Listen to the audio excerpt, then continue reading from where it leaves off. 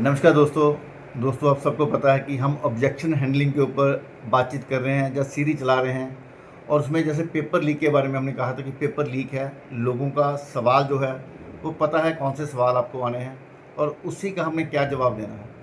तो एक जो लोग कहते हैं कि अगर मेरे पास पैसे नहीं है, आप लोगों के पास गए, आप लोगों ने पॉलिसी समझाई, बातचीत हुई, प्लान उसको समझ भी आ गया, उसके बाद वो कहते हैं जब पैसे की बात आती है कहते हैं मेरे पास पैसे नहीं हैं।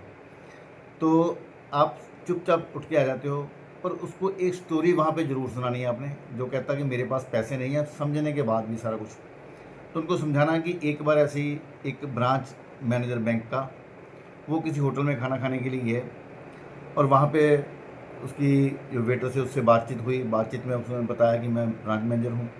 तो वेटर ने उसको दिखाने के लिए उसको पूछा, सर आप क्या लेंगे, ये है वो है, उसने जितनी भी होती है ना, कड़ी पकौड़ा ये वो जो भी उसने सब्जियों के नाम ले दिए, शाही पनीर कौरमा, जो भी उन्होंने नाम लिए। तो उसने कहा सर मेरे को ये चाहिए। उसने कहा सर ये तो है नहीं। फिर उसने उसके बाद दो तीन चीज़ों का ये है, उसने कहा ये, उसने नाम ले दिए फिर तीन चार। तो कहता सर ये तो है नहीं। यानी ऐसे ही करते करते उसने तीन चार, वो कहता जब आपके पास है नहीं कुछ तो पहले क्यों नहीं बताया आपने। तो वेटर ने अच्छा सा जवाब दिया, कहते सर मैं भी बैंक में जब पैसे निकालने जाता हूँ ना, जब एटीएम से पैसे निकालता हूँ, तो आपका सारा का सारा जो मीनू वहाँ पे आता है कि अब ये पिन नंबर लगाओ, ये करो, वो करो, कितनी अमाउंट है। बाद में कहते हैं कि बैंक में पैसे नहीं हैं, यानी उस एटीएम में पैसे नहीं हैं। तो इस तरह से आप उसको रिलेट कर सकते हो। तो बोलना सर, जैसे वेटर की बात थी कि उसको पैसे बैंक वाले नहीं देते, यानी या एटीएम से पैसे नहीं मिलते, या आप कहते हो कि घर में सारे सामान हैं और आप कहते हो कि नहीं है। इसी तरह से अगर कल को कुछ ऐसी वैसी बात होती है, अनहोनी होती है आपके साथ, किसी के साथ भी, तो फिर आपकी वाइफ यानी भाभी जी भाग के हमारे पास आएंगे, हमारे ऑफिस में आएंगे, हमारे ब्रांच मैनेजर उनसे पूछेंगे, अच्छा ठीक है पेपर वर्क कंप्लीट करते हैं, ये लेके आओ, ये लेके आओ, डेथ सर्टिफिकेट लेके आओ, ठीक है ये फार्म कंप्लीट करवा लो। जब बाद में वो चेक करेंगे, सारे फार्म भर हो जाएंगे, उसके बाद वो बोलेंगे सर आपकी तो पॉलिसी नहीं है। मैडम आपकी तो पॉलिसी नहीं थी, उनकी तो कोई पॉलिसी नहीं उन्होंने ली। तो ये नौबत नहीं आनी चाहिए। यानी कहने का मतलब पैसे नहीं हैं, पैसे होने के बावजूद हम बोलते हैं नहीं है। ऐसा थोड़ा आप भी उनको ये रिलेट करवा सकते हो, ये स्टोरी सुना के उसको बता सकते हो। इस स्टोरी को ध्यान से समझना, सीखना, प्रैक्टिस करना, और उसके बाद इसको कभी भी किसी के साथ भी आप बता सकते हो। तो दूसरी बात हमने की थी अभी जो टर्म इंश्योरेंस के बारे में, जो लास्ट हमारा एपिसोड रहा, या लास्ट हमारी जो वीडियो थी वो आपने देखी, उसमें कहा था कि टर्म प्लान क्यों, है ना। टर्म प्लान, लोगों को टर्म प्लान पसंद आता है क्योंकि उसकी पैसे बहुत कम देने पड़ते हैं, उनको अच्छा खासा रिस्क कवर मिल जाता है, पर सारे के सारे बेनिफिट वहाँ पे नहीं होते।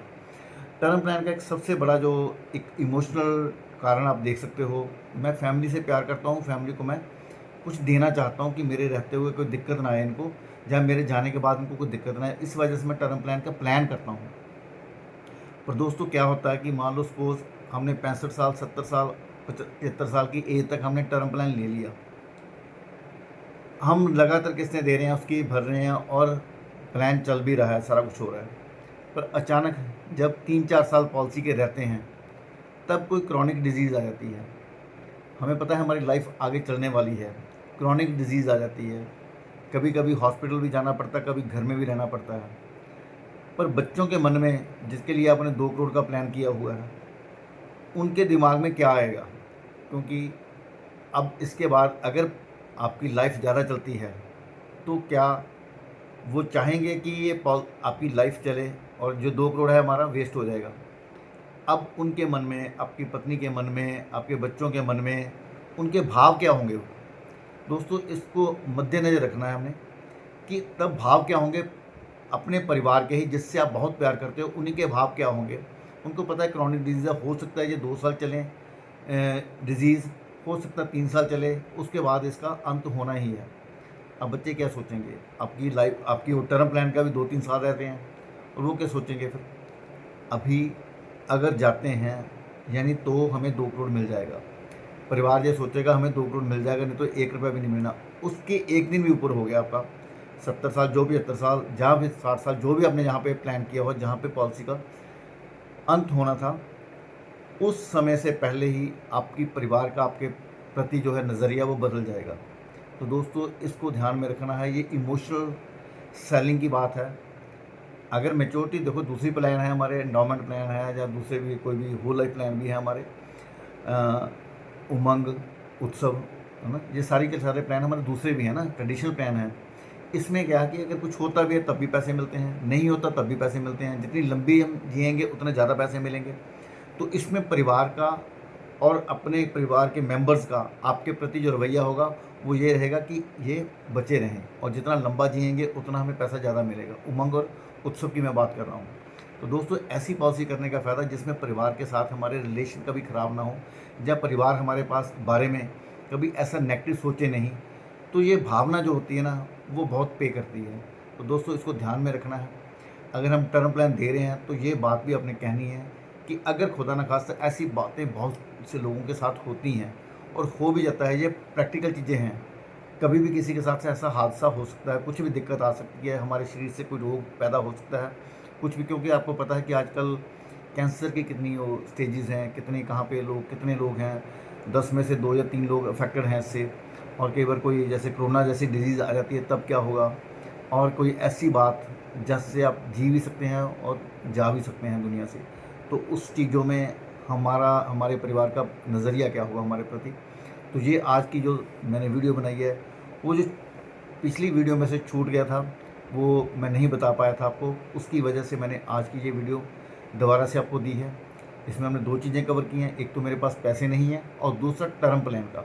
तो दोस्तों आप भी इसी तरह से ये दिमाग में चीज़ें रखनी है जब भी पार्टी के पास जाते हो, जबकि ऐसा कोई क्वेश्चन सामने आता है तो फिर ये चीज़ें आपने बतानी है। फिर ये स्टोरी जो मैं बोलता था ना, फार्मूला याद रखना है।